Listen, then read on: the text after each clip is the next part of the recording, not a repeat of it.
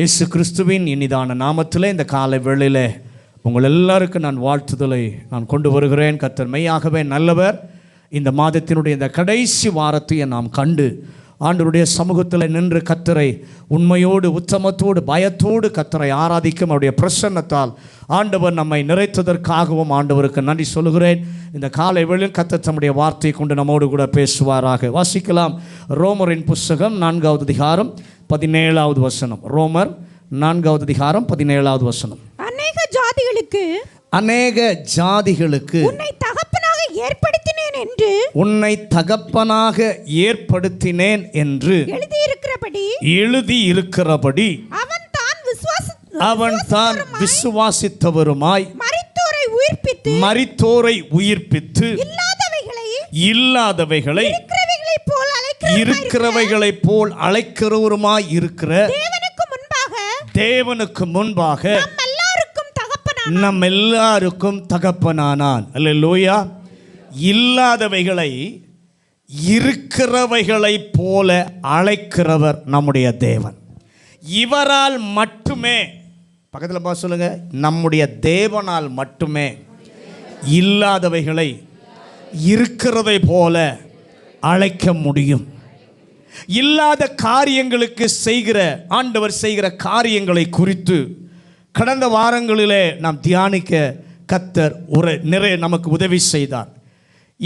எதை இல்லாதவைகளை இருக்கிறதை போல ஆண்டவர் செய்தார் என்று சொல்லி பார்க்கும் பொழுது, தேவன் அவருடைய நோக்கத்தை நிறைவேற்றுவதற்கு இல்லாதவைகளை இருக்கிறதை போல அழைத்தார். தம்முடைய ஜனத்தை ஆயத்தப்படுத்துவதற்கு இல்லாதவைகளை இருக்கிறதை போல ஆண்டவர் வெளிப்படுத்தி காண்பிக்கிறார். அவர் செய்யக்கூடியதை பார்க்க ஆண்டவர் அழைப்பு கொடுக்கிறார். நான் உனக்காக என்ன செய்ய போகிறேன் என்பதை பார்க்கும்படியாக தேவன் ஒரு அழைப்பு தருகிறார். அது மாத்திரமல்ல, கனப்படுத்துவதற்காக தேவன் அழைக்கிறதை நாம் கவனித்தோம். இல்லாததை இருப்பதை போல் அழைத்து நிரூபித்த ஒரு வாழ்க்கை ஆபிரகாமுடைய வாழ்க்கை. அந்த ஆபிரகாமுடைய வாழ்க்கையில் அதை செய்வதற்கு கர்த்தர் செய்ததான 3 கிரியைகளையும் நாம் பார்த்தோம். ஆபிரகாமுடைய வாழ்க்கையில் நம்ப முடியாத காரியங்களை செய்து கொடுத்த வாக்கை ஆண்டவர் நிறைவேற்றினதை கவனிக்க கர்த்தர் நமக்கு கிருபை கொடுத்தார். அல்லேலூயா. ஆண்டவர் ஒரு செயலை இந்த வசனத்திலே நிரூபிக்கிறார். அங்கே வாசிக்கிறோம், மரித்தோரை உயிர்ப்பித்து. பக்கத்தில் பார்த்து சொல்லுங்க, மரித்தோரை உயிர்ப்பித்து. ஆண்டவர் வசனத்தில் நிரூபிக்கிறார். அது என்ன? உயிர் இல்லாத மரித்தவர்களை உயிர் உள்ளவர்களாக எழுப்ப ஆண்டவருக்கு மட்டுமே முடியும். பக்கத்தில் பார்த்து சொல்லுங்க, உயிர் இல்லாத மரித்த வாழ்வை உயிர்ப்பிக்க இயேசுவால் மட்டுமே முடியும். அந்த ஆண்டவர் சொல்கிறார், ஆபிரகாமுடைய வாழ்க்கையிலே இல்லாத 3 நிலைமைகளை ஆண்டவர் இருப்பதை போல அழைக்கிறார். அவருடைய வாழ்க்கையிலே 3 காரியங்களை ஆண்டவர் உயிரோடு கூட எழுப்பினார். இல்லை என்ற 3 நிலைமைகளுக்கு ஆண்டவர் செய்யும் அற்புத செயலை வேதத்திலே நாம் பார்க்க முடியும். இல்லை என்பதற்கு ஆண்டவர் செய்கிற 3 செயல்கள், உயிர்ப்பிக்கும் செயல்கள். ஆண்டவர் ஆபிரகாமுடைய வாழ்க்கையிலே இல்லாததை இருப்பதை போல அழைக்க முதலாவது உயிர்ப்பித்த காரியம், வாசிங்க ரோமரின் புஸ்தகம் 4வது அதிகாரம் 19வது வசனம். ரோமர் 4வது அதிகாரம் 19வது வசனம். அவன் விசுவாசத்திலே பலவீனமாய் இருக்கவில்லை. அவன் ஏறக்குறைய 100 வயதுள்ளவனாய் இருக்கும்போது தன் சரீரம் செத்து போனதையும் சாராளுடைய கற்பம் செத்து போனதையும். அல்லேலூயா. முதலாவது ஆபிரகாமுடைய வாழ்க்கையிலே ஆண்டவர் உயிர்ப்பித்த காரியம் என்னவென்று சொன்னால், இருந்தும் இல்லாமற் போனதை கர்த்தர் உயிர்ப்பிக்கிறார். சொல்லுங்க, இருந்து இல்லாமற் போனதை கர்த்தர் உயிர்ப்பிக்கிறார். இங்கே பார்க்கும் பொழுது ஆபிரகாமுடைய சரீரம் செத்து போனது. எபிரேயரின் புஸ்தகம் 11வது அதிகாரம் 12வது வசனம். எபிரேயர் 11வது அதிகாரம் 12வது வசனம். ஆனபடியால் சரீரம் செத்தவன் என்றும் என்ன தகும் ஒருவனாலே வானத்தில் உள்ள பெருக்கமான நட்சத்திரங்களைப் போலவும் கடற்கரையில் உள்ள எண்ணிறந்த மணலை போலவும் மிகுந்த ஜனங்கள் பிறந்தார்கள். அல்லேலூயா.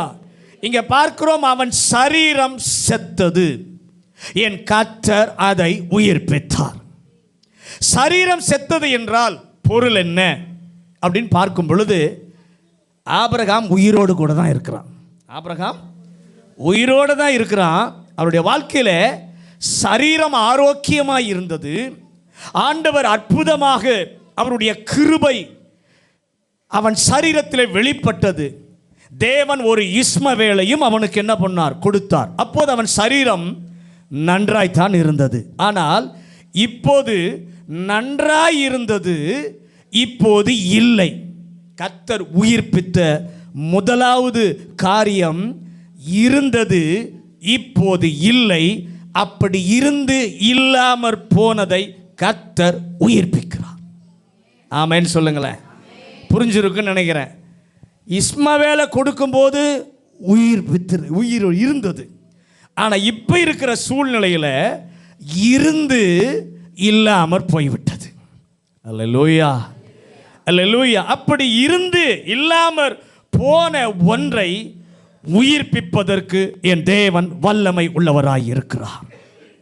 ஆண்டவரே, இது எல்லாம் நம்முடைய வாழ்க்கையிலும், ஆண்டவரே, ஒரு காலத்தில் என்னுடைய வாழ்க்கையில் எல்லாம் சீராய் இருந்தது, எல்லாம் ஒழுங்காய் இருந்தது, நன்றாக இருந்தது, என்னுடைய வாழ்க்கையில் எல்லாம் ஆசீர்வாதமாக இருந்தது. ஆனால் இன்றைக்கு பார்க்கும் பொழுது இல்லவே இல்லை.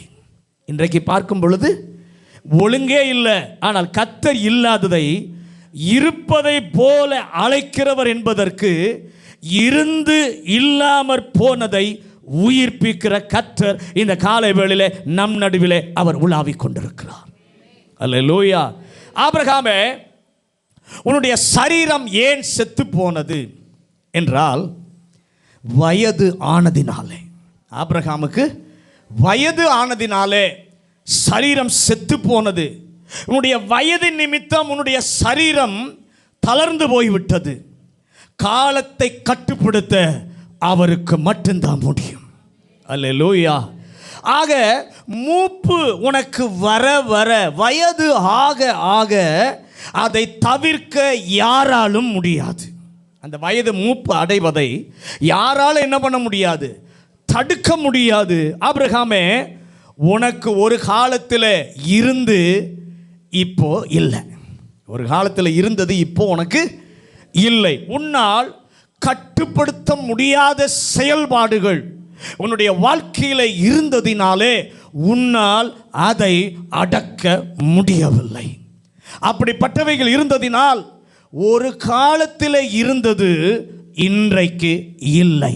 ஆனால் தேவ சமூகத்தில் இருக்கும்போது இல்லாததை உயிர்ப்பிக்கிற ஒரு தேவன் தேவ சமூகத்தில் இருக்கிற நம்முடைய வாழ்க்கையில உயிர்ப்பிக்க அவர் வல்லமை உடையவராய் இருக்கிறார்.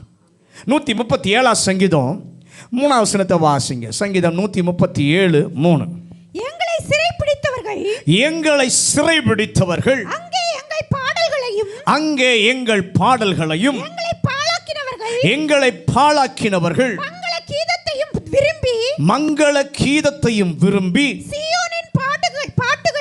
சீயோனின் பாட்டுகளில் சிலதை எங்களுக்கு பாடுங்கள் என்று சொன்னார்கள். இஸ்ரவேல் ஜனங்களை பார்த்து அந்த தேசத்தில் இருந்தவர்கள் கேட்கிறார்கள், சீயோனின் பாடல்களிலே சிலதை என்ன பண்ணுங்க, எங்களுக்கு பாடுங்கள் என்று சொன்னபோது அவர்கள் எல்லாரும் முகத்தை தொங்க போட்டாங்க, முகத்தை தொங்க விட்டுட்டாங்க. சில நேரத்தில் நம்முடைய வாழ்க்கையில் யாராவது கேள்வி கேட்டால் பதில் சொல்ல முடியாத நிலைமை வந்தால் என்ன பண்ணுவோம்? தலை கீழே குனிஞ்சு போகும். அது மாதிரி இவங்க சியோனின் கீதத்திலே பாடல்களிலே சிலவற்றை எங்களுக்கு பாடுங்கள் என்று சொல்லி இந்த தேசத்தார் கேட்ட பொழுது அவருடைய தலைகள் தொங்கப்பட்டு அவங்க சொல்கிறாங்க, ஒரு காலத்தில் நாங்கள் அதை பாட முடிந்தது, ஏன்னா எங்களுக்கு உற்சாகம் இருந்தது, எங்களுக்கு துடிப்பு இருந்தது, கர்த்தருடைய வல்லமையான செயல்கள் எங்களோடு கூட இருந்தது. எங்கள் வாழ்க்கையில் கட்டுப்படுத்த முடியாத செயல்களினாலே இன்று தோல்வி அடைந்தவர்களாக சிதைந்த நிலையிலே இருக்கிறோம். எங்கள் கிட்டார் இன்ஸ்ட்ருமெண்ட் இருக்கு, அதையெல்லாம் தூக்கி அலரி செடி மேலே வச்சிட்டோம். முன்னாடி என்ன பண்ணோம்? துடிப்பு இருந்துச்சு, ஆண்டவருடைய வல்லமையான செயல் இருந்துச்சு, கிட்டார் வாசித்து என்ன பண்ணோம்? நல்ல பாட்டு பாடினோம். ஆனால் இப்போ எங்களால் பாட முடியல. எங்களுடைய வாழ்க்கையில் வந்த கட்டுப்படுத்த முடியாத செயல்களினாலே நாங்கள் தளர்ந்து போயிட்டோம். எங்களுடைய வாழ்க்கையில் இருந்த எல்லாம் போயிடுச்சு. எங்கள் கிட்டாரை தூக்கி என்ன பண்ணிட்டோம்? அலரி செடி மேலே வச்சிட்டோம். ஒரு நாள் துடிப்பாய் பாடினோம், ஆனால் எங்களால் இன்றைக்கு என்ன பண்ண முடியவில்லை? பாட முடியவில்லை. இருந்தது இப்போது இல்லை. ஒரு காலத்தில் துடிப்பு இருந்துச்சு, தேவ வல்லமை இருந்துச்சு, எல்லாம் இருந்துச்சு, பாடினோம். ஆனால் இருந்தது இப்போ என்ன இல்லை. ஆனால் தேவன் சும்மாக இல்லை, அவர்களை சும்மா விட்டு விடவில்லை. அவருடைய ஜனத்தின் மேல் கர்த்தர் கிருபை உள்ளவராக இல்லாததை இருப்பதை போல அழைக்கிறவர். அவருடைய மகிழ்ச்சியான சூழ்நிலைக்கு கர்த்தர் மறுபடியும் கொண்டு வந்தார். அல்லேலூயா. எப்படி பாஸ்டர் தெரியும்? சங்கீதக்காரன் சொல்லுகிறான், 138 சங்கீதம் 1 வசனத்தை வாசிங்க. உம்மை என் முழு இருதயத்தோடும் துதிப்பேன், தேவர்களுக்கு முன்பாக உம்மை கீர்த்தனம் பண்ணுவேன். அல்லேலூயா. இப்போது சொல்லாமலே பாடல் வருகிறது. பக்கத்தில் பார்த்து சொல்லுங்க. துடிப்பு போனப்போ, கட்டுப்படுத்த முடியாத செயல் உள்ளே வந்ததுனால சோர்ந்து போன வாழ்க்கையை ஆண்டவர் திரும்ப பழைய நிலைமைக்கு திரும்ப கொண்டு வந்தபோது இப்போ யாரும் பாடல் பாடுன்னு சொல்ல வேண்டிய அவசியமே இல்லை.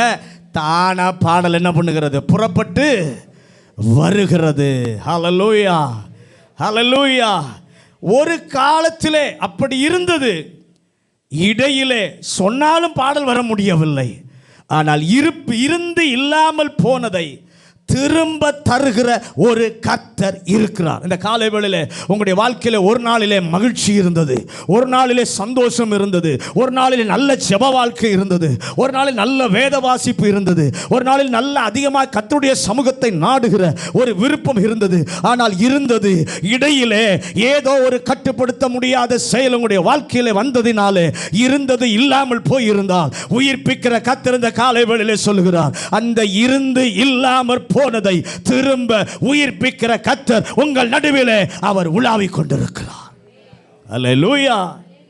ஆவிக்குரிய வாழ்க்கையில இருந்து இல்லாமல் போனதை, ஒரு காலத்தில் இருந்த துடிப்பு, ஒரு காலத்தில் இருந்த விரைவு, ஒரு காலத்தில் இருந்த தியாகம், ஒரு காலத்தில் இருந்த அர்ப்பணம் இன்று இல்லாமல் போயிருந்தால் கர்த்தர் அதை திரும்ப இந்த காலை வேளையிலே எழுப்புவாராக. எசேக்கியேலின் புத்தகம் 37வது அதிகாரத்தை வாசித்து பார்க்கும் பொழுது, உலர்ந்த எலும்புகள் பரவி கிடக்கும் பள்ளத்தாக்கிற்கு ஆண்டவர் தீர்க்கதரிசியை அழைத்து கொண்டு போகிறார். அப்படி போகும் பொழுது ஆண்டவர் தீர்க்கதரிசியை பார்த்து சொல்லுகிறார், நீ காண்கிறாயே இந்த எலும்புகள் என்ன தெரியுமா? இந்த எலும்புகள் ஒரு காலத்திலே ஒரு பெரிய சேனையாக இருந்தது, ஒரு வலுவான சேனையாக இருந்தது, பல வெற்றிகளை அடைந்தது. ஆனால் இன்றைக்கு பார்க்கும் பொழுது வலுவான சேனையாக இருந்தது, பல வெற்றிகளை அடைந்தது, இப்பொழுது இனி பிழைப்பே இல்லாமல் உயிர் இல்லாமல் உலர்ந்த எலும்புகளாய் கிடக்கிறது. வாசிங்க எசேக்கியேலின் புத்தகம் 37வது அதிகாரம் 14வது வசனம். எசேக்கியேல் 37:14. என் ஆவியை உங்களுக்குள் வைப்பேன், நீங்கள் உயிரடைவீர்கள், நான் உங்களை உங்கள் தேசத்தில் வைப்பேன், அப்பொழுது நான் கர்த்தர் என்று அறிந்து கொள்வீர்கள். இதை சொன்னேன், இதை செய்வேன் என்று நல்ல ஆண்டவர் அவனை பார்த்து சொல்லுகிறார், நான் இதை சொல்கிறேன், நிச்சயமாய் நடக்கும். உன்னால் நம்ப முடிகிறதா? என் ஆவியை வைப்பேன், மறுபடியும் அந்த தேசத்திற்கு போவார்கள் என்று சொல்லும்போது நம்புவதற்கு இடமில்லாதிருந்தது. ஆனால் கர்த்தர் நிகழ்த்தி காண்பித்தார். உயிரில்லாத உலர்ந்த எலும்புகள் இல்லாததை இருந்த நிலைக்கு தேவன் மறுபடியும் சேனையாக எழும்பி நிற்க பண்ணினார். அல்லேலூயா. வேதத்தில் பார்க்கும் பொழுது உத்தமனும் தேவனுக்கு பயப்படுகிற ஒரு மனிதன் யோபு. ஆண்டவரை நெருங்கி பிடித்தவன், ஆண்டவராலே ஆசீர்வதிக்கப்பட்டவன். கர்த்தர் மேல் அவனுக்கு அலாதி நம்பிக்கை இருந்தது. அவன் சொல்கிறான், அந்நிய கண்கள் அல்ல என் கண்களே பார்க்கும் என்று அசைக்க முடியாத ஒரு நம்பிக்கை இருந்தவன் யோபு. அவனுடைய வாழ்க்கையில் ஒரு சூழ்நிலை இருந்தது, எல்லாம் இல்லாமற் போய்விட்டது. இருந்த எல்லாம் இல்லாமற் போய்விட்டது. அப்போது அவன் நண்பன் சொல்கிறான், அப்பா நீ ஆண்டவரை நோக்கி ஜெபம் பண்ணினால் அப்பொழுது அவர் உன்மேல் பிரியமாகி. வாசிங்க யோபுவின் புஸ்தகம் 33வது அதிகாரம் 26வது வசனம். யோபு 33:26. அவன் தன் தேவனை நோக்கி விண்ணப்பம் பண்ணும்போது அவன் அவருடைய சமூகத்தை கம்பீரத்தோட பார்க்கும்படி, அவருடைய சமூகத்தை கம்பீரமாய் பார்க்கும்படி அவர் அவன் மேல் பிரியமாகி அந்த மனுஷனுக்கு நீதியின் பலனை கொடுப்பார். வசனத்தில் சொல்றான், நீதியின் பலனை தருவார் என்று சொல்லி வருகிறவன் யோபு அதுவரை என்ன சொன்னான்? நீங்க சொல்வதெல்லாம் சரிப்பா, பல மாதங்களுக்கு முன்பு, பல வாரங்களுக்கு முன்பு என்னுடைய வாழ்க்கையில அப்படி இருந்தது. யோபு 29 அதிகாரம் 2வது வசனத்தை வாசிங்க. யோபு 29:2. சென்று போன மாதங்களிலும் தேவன் என்னை காப்பாற்றி வந்த நாட்களிலும் எனக்கு உண்டாயிருந்த சீர் இப்பொழுது இருந்தால், சொல்லுகிறான், நான் சீர் உள்ளவனா இருந்தேன். கர்த்தர் மிகுந்த பதிலை எனக்கு கொடுத்தார். நான் தேவாலயம் போகும்போது கர்த்தருடைய பிரசன்னம் எனக்குள்ளே இருந்தது. நான் வரும்போது வேலைக்காரர் எல்லாரும் என்ன பண்ணாங்க? எழுந்து நிற்பார்கள். நான் நினைத்தது எல்லாம் நடந்தது. ஆனால் இன்றைக்கு நான் பழமொழியா மாறிவிட்டேன். இன்றைக்கு என்னுடைய சூழ்நிலை என்ன? பழமொழியா பாட்டுமாகிவிட்டேன். நான் ஜனங்களுடைய வாயிலே வசை சொல்லாய் மாறிவிட்டேன். இருந்தது எனக்கு ஒரு நாளிலே, ஆனால் இப்போது இல்லை. யோபு 37 அதிகாரம் 5வது வசனத்தை வாசிங்க. யோபு 37:5. தேவன் தம்முடைய சத்தத்தை ஆச்சரிய விதமாய் குமர பண்ணுகிறார். நாம் கிரகிக்க கூடாத பெரிய காரியங்களை அவர் செய்கிறார். பில்தாத் சொல்றான் நினைக்கிறேன், அவன் பேசுகிறான், அப்பா கர்த்தர் யார் தெரியுமா? கிரகிக்க கூடாத காரியத்தை செய்ய வல்லவர். இவர் செய்வார் என்று சொன்னபோது யோபுவால் நம்ப முடியவில்லை. இருந்த எல்லாம் போய்விட்டது, எப்படி வரும்? நம்ப முடியவில்லை. நம்ப முடியாததால பேசாமல் இருந்து விட்டான். அவனுடைய எந்த கருத்தையும் யோபு தெரிவிக்கவில்லை. பாபிலோன் ஜனங்களோடு கூட கர்த்தர் பேசினார். மீண்டும் பழையதை கர்த்தர் கொடுத்தார். தீர்க்கதரிசியோடு பேசினார். உலர்ந்த எலும்புகளை உயிரடையும்படி செய்தார். இங்கு யோபுவோடு பேசும்போது அவனுக்கு நம்பவும் முடியவில்லை. ஆனால் கர்த்தருடைய வார்த்தை ஆயிற்றே, ஆகையால பேசாமல் இருந்து விடலாம் என்று அவன் நினைத்தான். அப்படி நினைத்த போது யோபு 38வது அதிகாரம் 1வது வசனம். யோபு அப்பொழுது கர்த்தர் பெரும் காற்றிலிருந்து யோபுவுக்கு உத்தரவாக, ஒரு அல்லேலூயா சொல்லுங்களேன். அமைதியா இருந்தரலாம், கர்த்தருடைய வார்த்தை எதுவும் சொல்ல வேண்டாம், ஆனா நம்பவும் முடியல. அப்படி இருக்கும் பொழுது பெரும் காற்றிலிருந்து கர்த்தர் யோபுவுக்கு உத்தரவு அருளி செய்கிறார். கர்த்தருடைய வார்த்தையை கேட்டுக்கொண்டிருக்கிறதான கர்த்தருடைய பிள்ளையே, உங்களுடைய நிலைமையிலோ, ஆவிக்குரிய நிலைமையில, குடும்ப நிலைமையில, உங்களுடைய சூழ்நிலைகளிலோ இருந்தவைகள் ஒருவேளை இன்றைக்கு இல்லாமல் போயிருந்தால், உயிரற்ற நிலையிலே இருந்தால், வருவதற்கு வழி இல்லாமல் இருந்தால், கர்த்தரை இந்த காலை வேளையிலே நோக்கி பாருங்கள். ஒருவேளை அவரிடத்தில் பேச நமக்கு தைரியம், விசுவாசம் இருக்கலாம். அல்லது யோபுவை போல மௌனமாய் இருப்பதே நமக்கு சிறந்தது என்று சொல்லி ஒன்றும் செய்யாமல் அமைதியாயிருந்தால், இந்த காலை வேளையில் ஒரு தேவன் இருக்கிறார். அவர் பெரும் காற்றிலிருந்து நம்மோடு கூட பேச வல்லவர். அல்லேலூயா. ஆண்டவர் பேசினாரா? தொடர்ந்து பேசுகிறார். அதிகாரமாய் கர்த்தர் பேசுகிறார். யோபு சிந்திப்பதற்கு கூட வாய்ப்பு இல்லாதபடி தேவன் பேசி நிரூபித்து காண்பிக்கிறார். ஒரு ஆமென் சொல்லுங்களேன். அவன் சிந்திக்க கூட ஆண்டவர் நேரம் கொடுக்கல. பேசி பேசி பேசி நிரூபித்து காண்பிக்கிறார். இந்த காலை வேளையிலோ நீங்களும் சிந்திப்பதற்கு கூட நேரம் இல்லாமல் கர்த்தர் தம்முடைய வார்த்தையின் மூலம் உங்களோடு கூட பேசி பேசி அவருடைய வல்லமையை கர்த்தர் நிரூபிப்பாராக. அல்லேலூயா. இருந்து இல்லாமற் போனதை திரும்ப தருவது மட்டுமல்ல, இருமடங்கு தர ஆண்டவர் வல்லமை உள்ளவர். பக்கத்தில் பார்த்து சொல்லுங்க. இருந்து இல்லாமற் போனதை தருவது மட்டுமல்ல, 2 மடங்கு தருவதற்கு அவர் வல்லமை உள்ளவர்.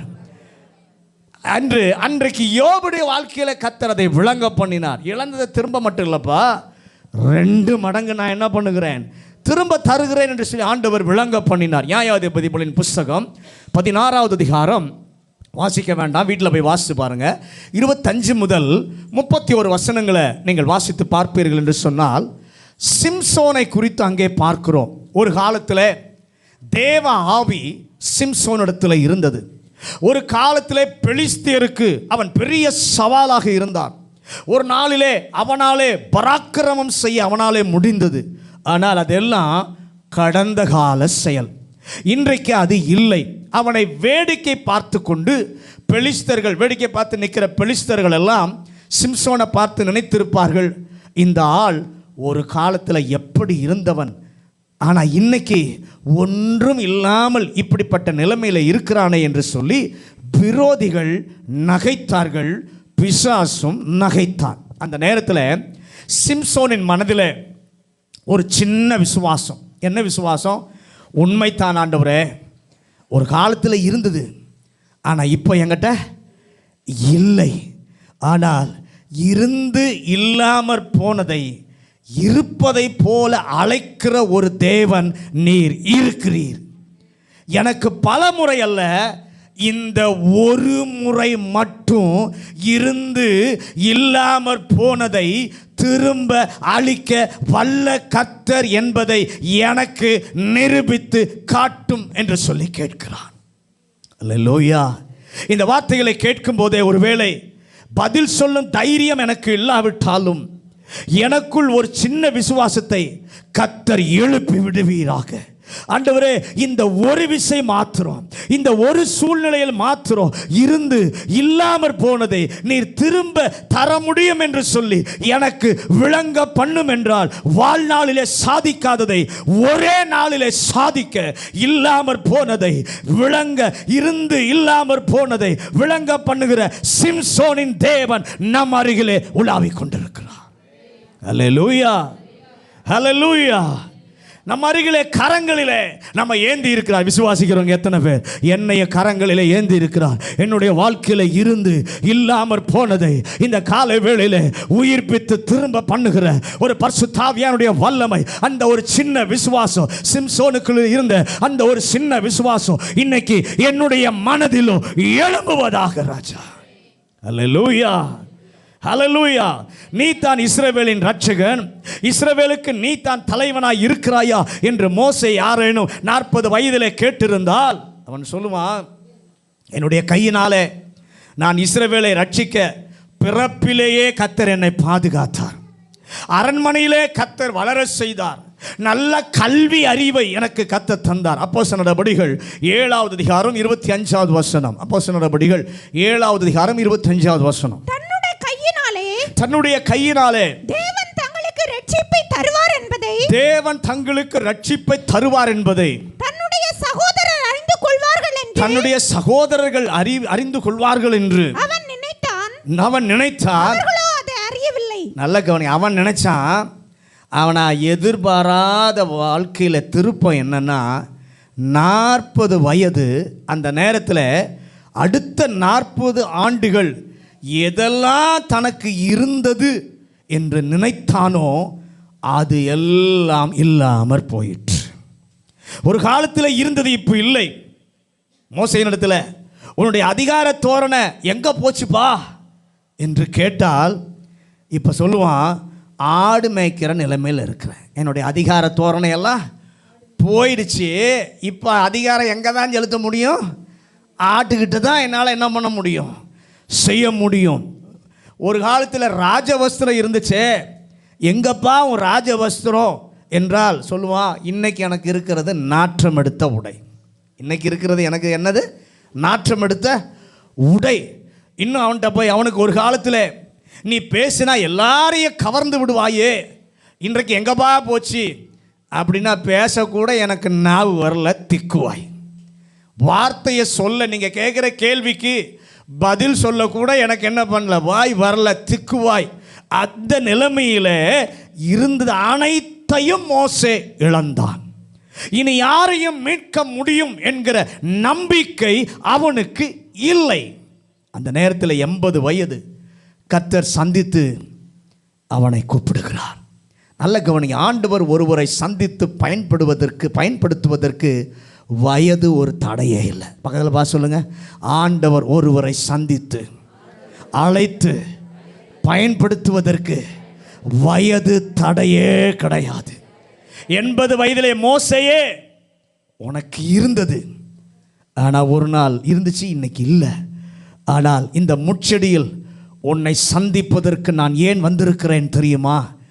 இல்லாததை மறுபடியும் கொடுத்து உன்னையே எகிப்திலிருந்து என் ஜனத்தை மீட்டு வருகிற இரட்சகனாக உன்னை ஆக்குவதற்காகத்தான் நான் வந்திருக்கிறேன்.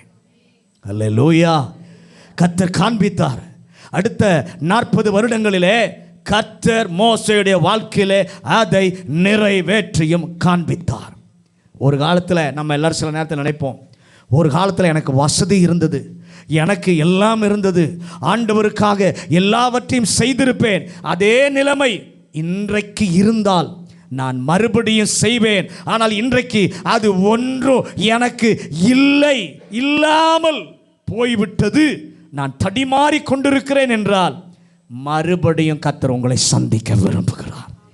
அந்த இருந்து இல்லாமற் போனதை இழந்தீங்களே, அதை மறுபடியும் தந்து தேவன் பயன்படுத்துகிற பாத்திரமாக இருப்பதற்கு இந்த காலை வேளையிலே உங்களை கர்த்தர் சந்திக்க வந்திருக்கிறார்.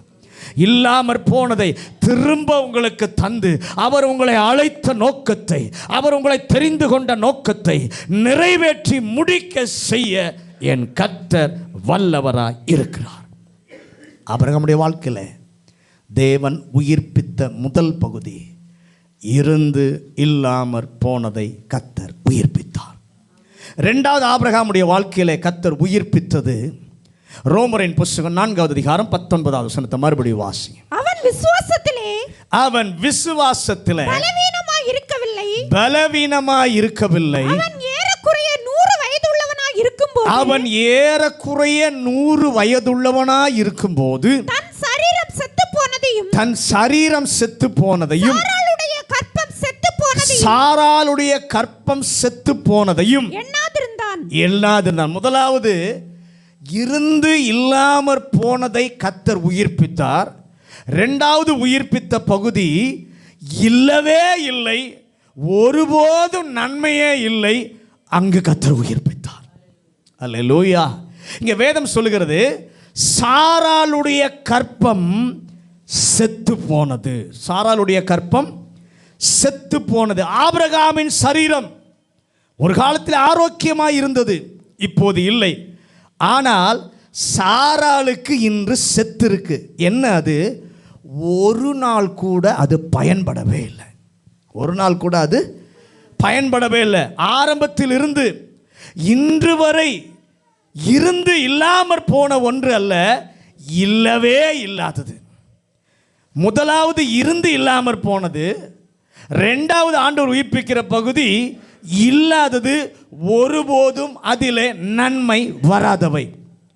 ஒரு குழந்தை கூட பெற்றெடுக்கவில்லை, ஒருபோதும் அது இல்லை, ஒருபோதும் நன்மை இல்லை, ஒருபோதும் ஆசீர்வாதம் வரவில்லை, ஒருபோதும் விடுதலை வரவில்லை, ஒருபோதும் நிம்மதியாக இருந்தது இல்லை என்று இருந்தால் அந்த ஒருபோதும் இல்லை என்பதை இருப்பதை போல அழைக்கிற கர்த்தர் உங்கள் நடுவிலே அசைவாடி கொண்டிருக்கிறார். அல்லேலூயா, அல்லேலூயா. அந்த ஒருபோதும் இல்லை என்பதை இருப்பதை போல அழைக்க வல்லவர் இருக்கிறார். ஒரு நாள் கூட உங்க வாழ்க்கையிலும் கண்ணீர் இல்லாத வாழ்க்கை கிடையாது. ஒரு நாள் கூட நிம்மதியா நான் தூங்கினது கிடையாது. ஒரு நாள் கூட இல்லை. தேவ பிள்ளையே, இந்த காலை வேளையிலே கர்த்தருடைய வார்த்தை வருகிறது. ஒருபோதும் இல்லை என்ற நிலைமையை, இல்லாததை இருப்பதை போல உயிர்ப்பிக்கிற கர்த்தர் உங்களோடு கூட பேசிக்கொண்டிருக்கிறார். ஆண்டவர் இந்த வார்த்தை சாராளுக்கு சொல்கிறார், நீ ஒரு மகனை பெற்றெடுப்பாய் என்று சொன்னபோது அவருடைய மனதில் வந்த முதல் இமேஜ், அவருடைய மனதில் வந்த முதல் பிம்பம் என்ன தெரியுமா? நான் கிழவி. நான் யாரு? கிழவி. அவன் மிகைப்படுத்தி எல்லாம் சொல்லவில்லை, உண்மையை தான் சொல்லுகிறாள்.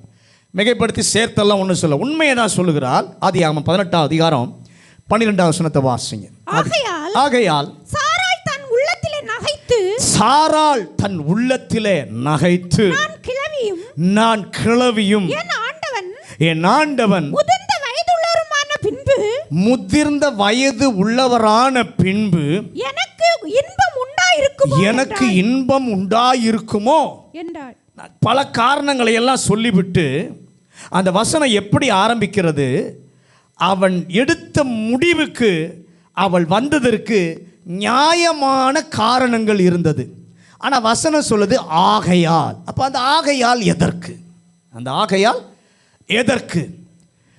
ஒரு காலம் வந்ததில்லை, இனி ஒருபோதும் வருவது இல்லை, ஒருபோதும் இருந்தது இல்லை, ஒருபோதும் இருக்க போவதில்லை என்று லாஜிக்காக சாராள் பேசுகிறாள். லாஜிக்காக பேசுகிறாள். அந்த நேரத்தில் ஆண்டவர் சொன்னது, நான் சொல்வதை கொஞ்சம் கேள். பக்கத்தில் பார்த்து சொல்லுங்க, நான் சொல்வதை கொஞ்சம் கேள். என்ன தெரியுமா?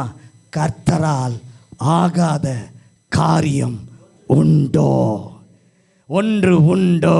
சொல்லுங்க. கர்த்தரால் ஆகாத காரியம் ஒன்று உண்டோ? ஆண்டவர் சாராளுக்கு என்ன சொல்கிறார்?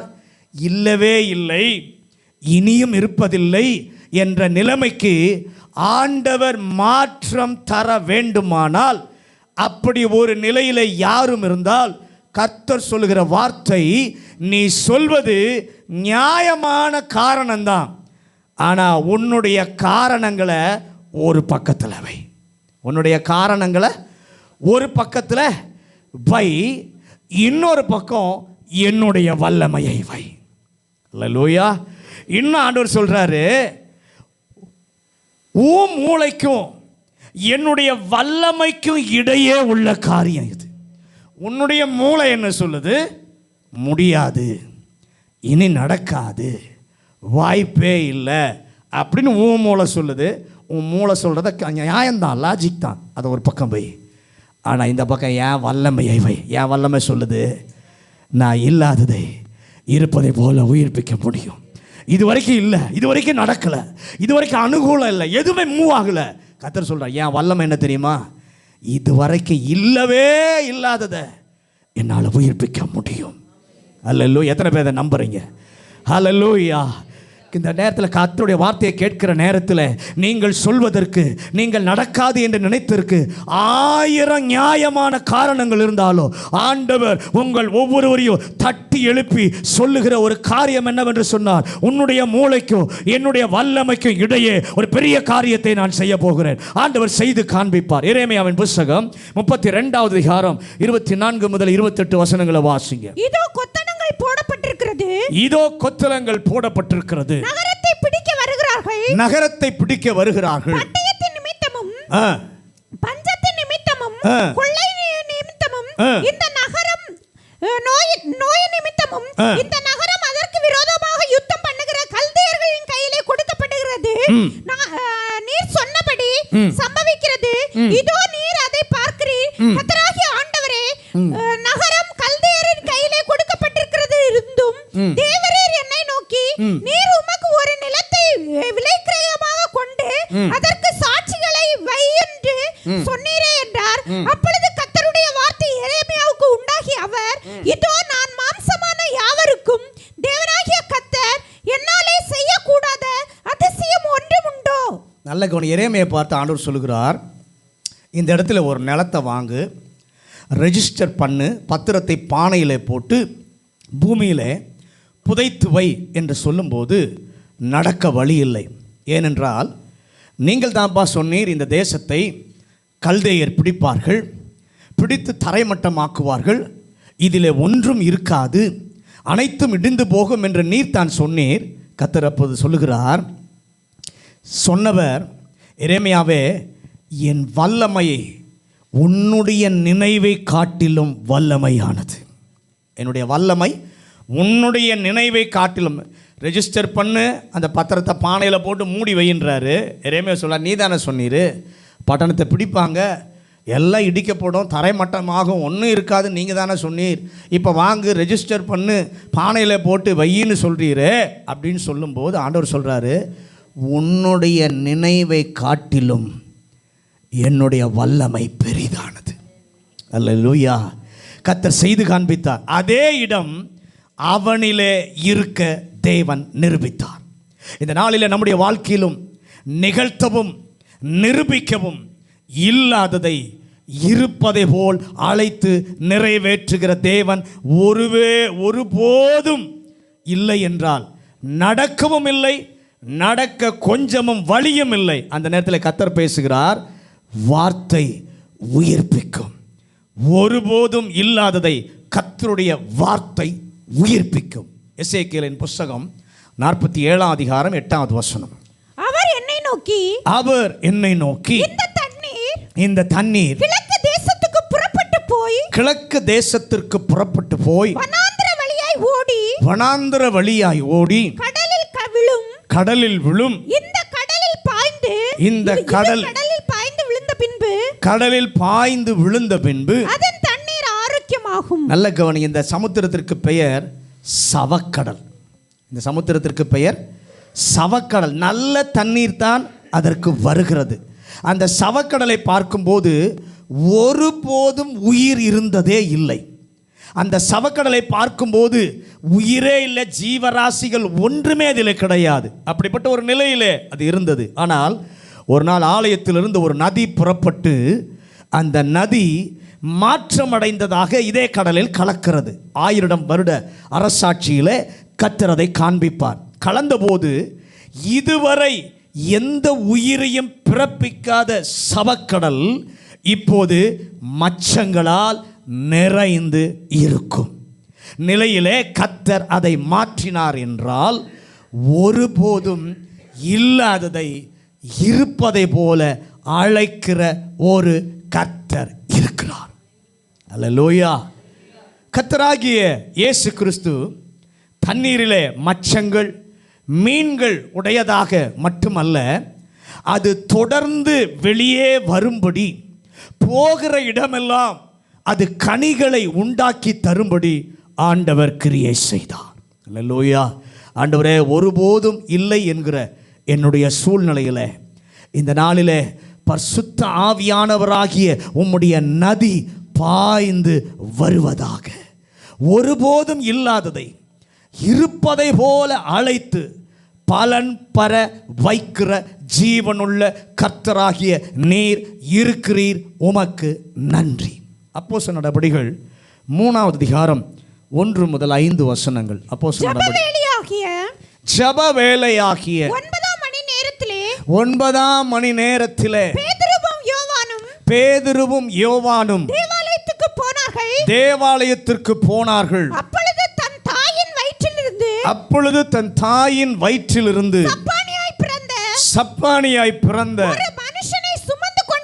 ஒரு மனுஷனை சுமந்து கொண்டு வந்தார்கள். தேவாலயத்திலே பிரவேசிக்கிறவர்களிடத்தில் பிச்சை கேட்கும்படி நாடோறும் அவனை அலங்கார வாசல் எண்ணப்பட்ட நல்ல கவனிங்க. ஒருபோதும் நடக்காதவன் அவன் நடந்ததே இல்லை. வேதம் அழகா பதிவிடுகிறது, தாயின் வயிற்றிலிருந்து பிறந்தது முதல் அவன் நடந்ததே இல்லை, ஒருபோதும் இல்லை. என் தேவன் அந்த நாளிலே ஆலய வாசலில் அவன் இருந்தான். அவனாலே ஒரு நாளும் ஆலயத்துக்கு உள்ளவும் போக முடியாது என்று சொன்னவனை, போக முடியாது, என்னால் நடக்க முடியாது என்று சொன்னவனை முடியும் என்று ஆண்டவர் எழுந்து நடக்க வைத்தார்.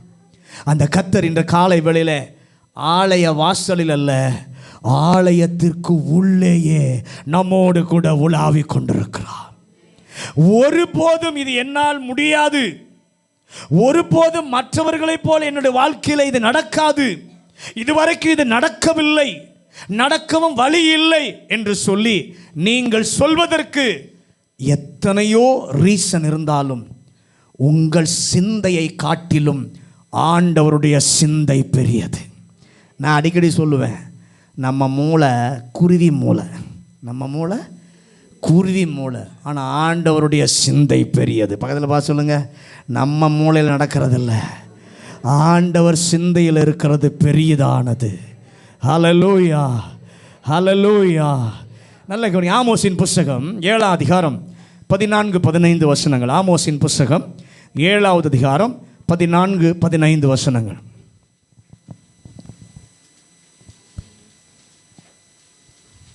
ஆமோஸ் 7:14-15. ஆமோஸ்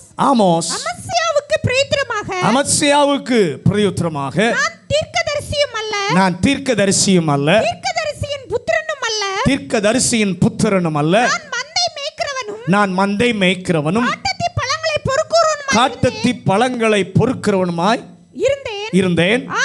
ஆனால் மந்தையின்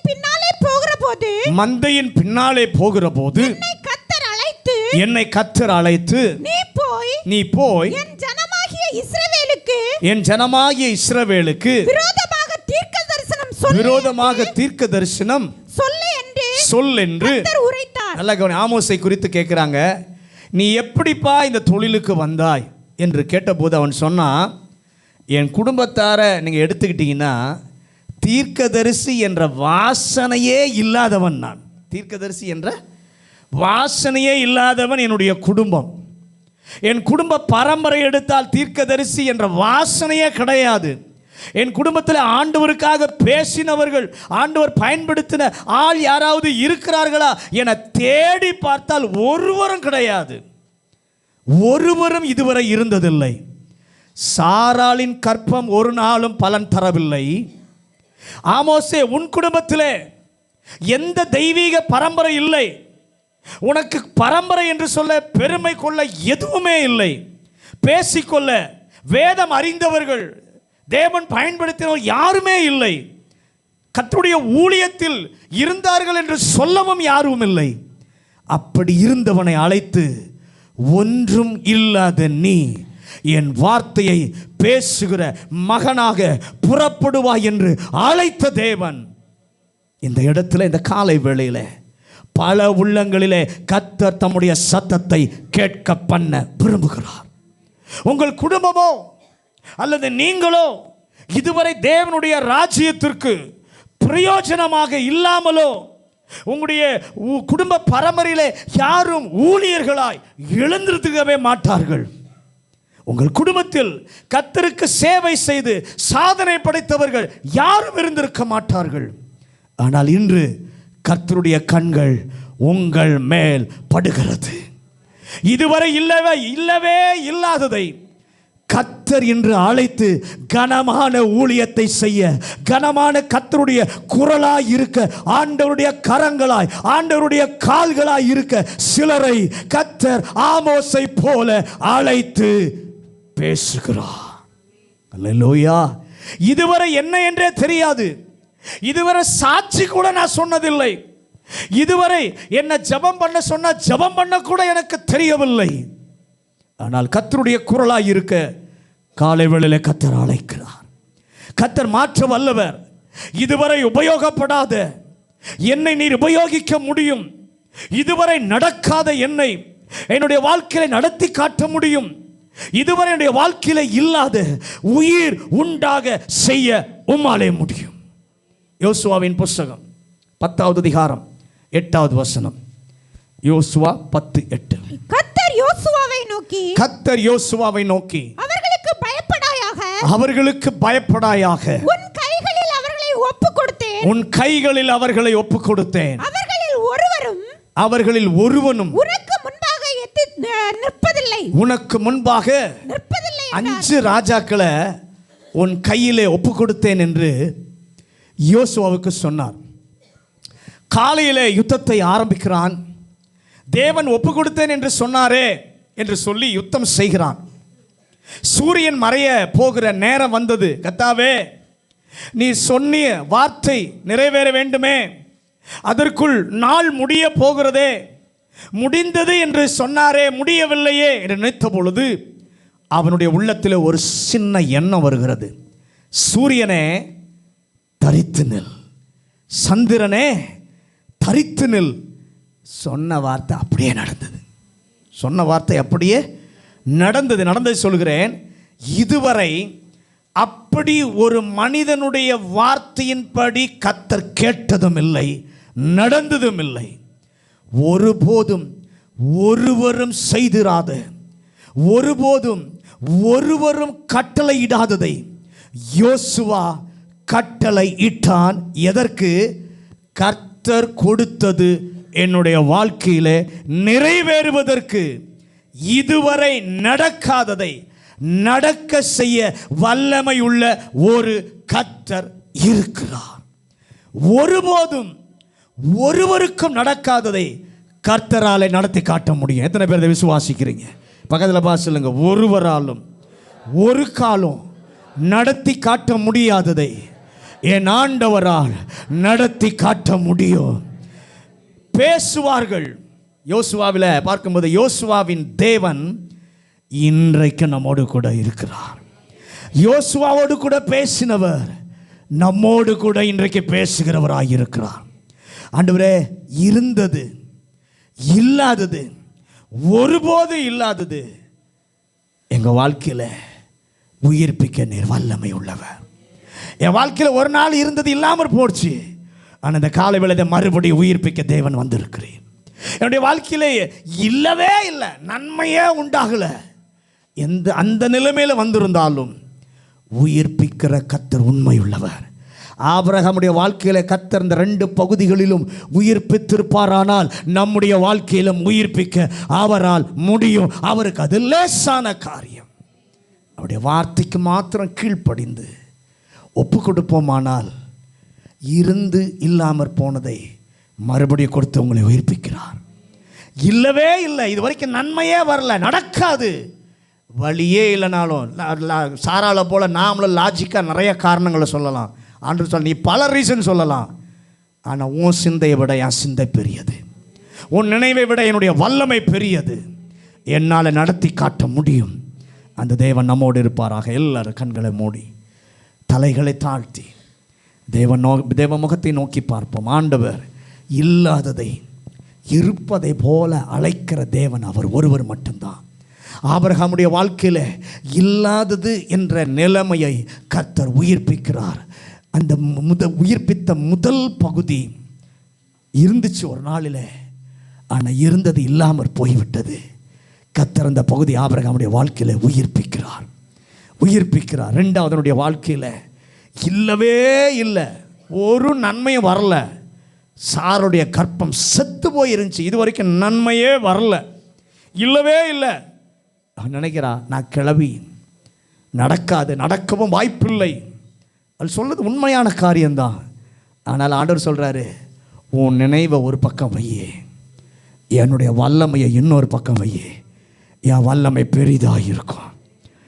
உன் நினைவை ஒரு பக்கம் வையே, என் நினைவு உன்னுடைய நினைவை விட பெரியது. இன்றைக்கி எத்தனை பேர் இந்த நிலைமையில் வந்திருக்கீங்க எனக்கு தெரியாது, ஆனால் உங்களை அழைத்து கொண்டு வந்தவருக்கு உங்கள் சூழ்நிலை நன்றாக தெரியும். எல்லாம் அடைபட்டது போல இருக்குது, நடக்க வழியே இல்லை, வாய்ப்பே இல்லை. இது நடக்குமா? நமக்கே சந்தேகம். ஆண்டவர் சொல்லும்போது இது நமக்கே ஒரு சந்தேகமாக என்னமா தோன்றுகிறது. கர்த்தர் சொல்லுகிறார், உன் சந்தேக எண்ணத்தை ஒரு பக்கத்தில் வை, இன்னொரு பக்கம் என்னுடைய வல்லமையை வைத்து பார். உன் சந்தேகத்திற்கு முடிவு உண்டாக்க, உன் சந்தேகத்திற்கு பதிலை கொடுக்க ஆண்டவர் இந்த காலை வேளையில் இறங்கி வந்திருக்கிறார்.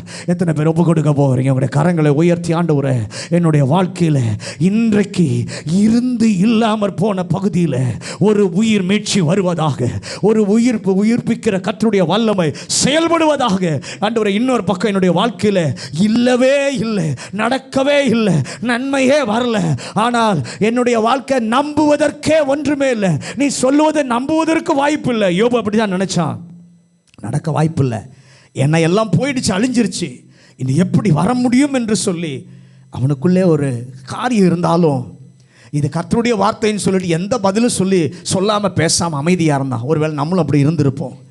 அமைதியாக இனி ஆண்டவருடைய வார்த்தை பேசுவதற்கு ஒன்றுமே இல்லை, நான் பதில் கொடுக்க முடியாதுன்னு சொல்லி அமைதியாக இன்னொரு பக்கம் விசுவாசம் இருந்து கேட்டிருக்கலாம். ஆனால் கர்த்தர் சொல்கிறார், இல்லவே இல்லாத இடத்திலிருந்து ஒரு துளிரை கர்த்தர் முளைக்க பண்ணுவார்.